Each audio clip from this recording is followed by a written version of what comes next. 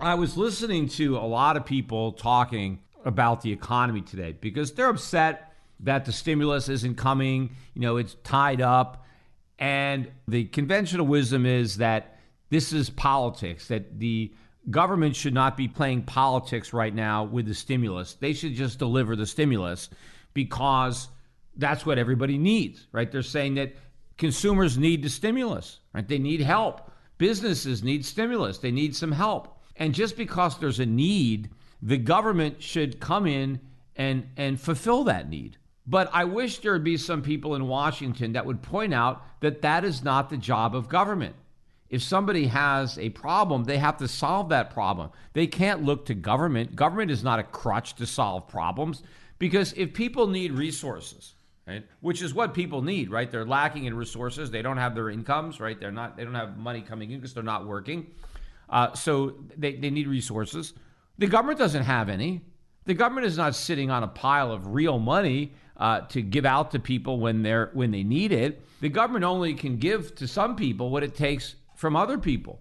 So to the extent that the government helps somebody, it does that by taking money away from somebody else. So what the government is doing is forcing the people who don't need help to help the people who do. Now, of course, a lot of these government programs, though, like the PPP was a perfectly good example. A lot of people who didn't need help got it anyway. That is the problem with government. Because whenever you have all this government reallocation of resources, even if some people are helped at other people's expense, overall, the entire economy is left worse off. So even if you're going to buy the idea that the government should help people who need help by taking money from other people who don't, the overall effect on the economy is going to be a negative. So the whole economy is going to be worse off, even if some people are better off as a result of what the government does. But they never talk about it in those terms. And of course, if there is going to be government help, it should be on a state level. It should not be on a federal level. It should be state by state. It should be state governments that are surveying the landscape. And if they think there's an emergency and there are certain citizens of their states that need help, well, they should figure out which citizens in their states can afford to supply that help. Whose taxes have to go up so that other people can get a check. But everybody thinks that all we have to do is print money, right? If the Fed just creates money and everybody can have what they need and it doesn't cost anybody anything. And, as long as the world is dumb enough to allow this to continue, they're going to be right, which is why I think the world is going to wake up and cut us off. That's why we're headed for this currency crisis, because we are going to do this. We're going to take advantage of the world until the world wises up and decides that it doesn't want to be taken advantage of anymore. But the other point that nobody seems to make is, why is everybody, so desperate for help? Why does everybody need all this money? Why can't they take care of themselves? Now they want to say, well, because it's the virus just came out of left field. I know it came out of left field. So did World War II. So did a lot of bad things. But we lived through it. People didn't need help from the government because people were financially solvent. People had savings. People were prepared. The fact that we weren't prepared at all, that's the problem no one wants to talk about. Why is it that Americans are loaded up with debt and living paycheck to paycheck? Why is the same thing true for so many businesses? Why are the credit losses now going to be horrific? You're talking about a lot of these companies now going bankrupt, and the lenders, the unsecured lenders, losing everything. They're not going to get 50 cents on the dollar. They're going to get no cents on the dollar. Why?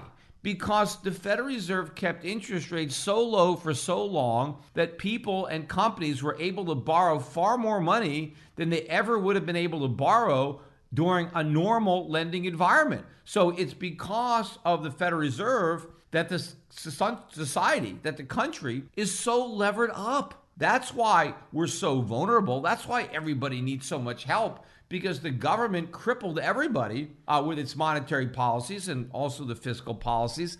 And so now, of course, we can't walk, and we think, so we need more government crutches so we can limp around, without realizing that all that is doing is exacerbating the problems that already exist. I mean, we've got to, fess up to reality and stop trying to sober up by drinking more alcohol. But it is a very sobering understanding to have to do that, right? For reality to be dealt with, and stop pretending that there's a government cure for what ails us. We're sick because we overdosed on government cures. So nobody has these conversations. Yeah, people need money. Companies need money. And so we have to stop playing politics and give them the money. Playing politics is giving them the money. The reason that everybody needs the money is because we played politics in the past by making them so dependent on that money. By trying to delay and mitigate every single recession, now we're in a depression. Had we allowed market forces to operate, we would have had a much healthier economy going into COVID-19 instead of a bubble. And the problem with bubbles is sooner or later, they always find a pin. So you can't keep talking about the pin. You can't be saying it's all COVID and excuse the bubble that the pin pricked. Because if it wasn't this pin, it would have been another pin. So you can't let the Federal Reserve off the hook. You can't let Congress off the hook and say, hey, it's not their fault because they couldn't have predicted COVID. Maybe, maybe not, but they could have predicted that something bad would happen. I mean, just Murphy's Law. Anything that can go wrong will go wrong. And so if COVID didn't go wrong, something would have. It's just that we wouldn't prepare for anything, whether it was COVID or anything else. So what's happening now was destined to happen. It was unavoidable. But what's also unavoidable is what's going to happen next. Because what's going to happen next is going to be much worse than what's already happened, because we've been able to mitigate the downturn so far because we've been able to keep printing dollars, and we've been able to spend those dollars because the value hasn't collapsed. When this kicks into a whole new gear is when the dollar collapses. And then it doesn't do you any good that the government printed up some dollars and gave them to you, because there's very little you can buy with them.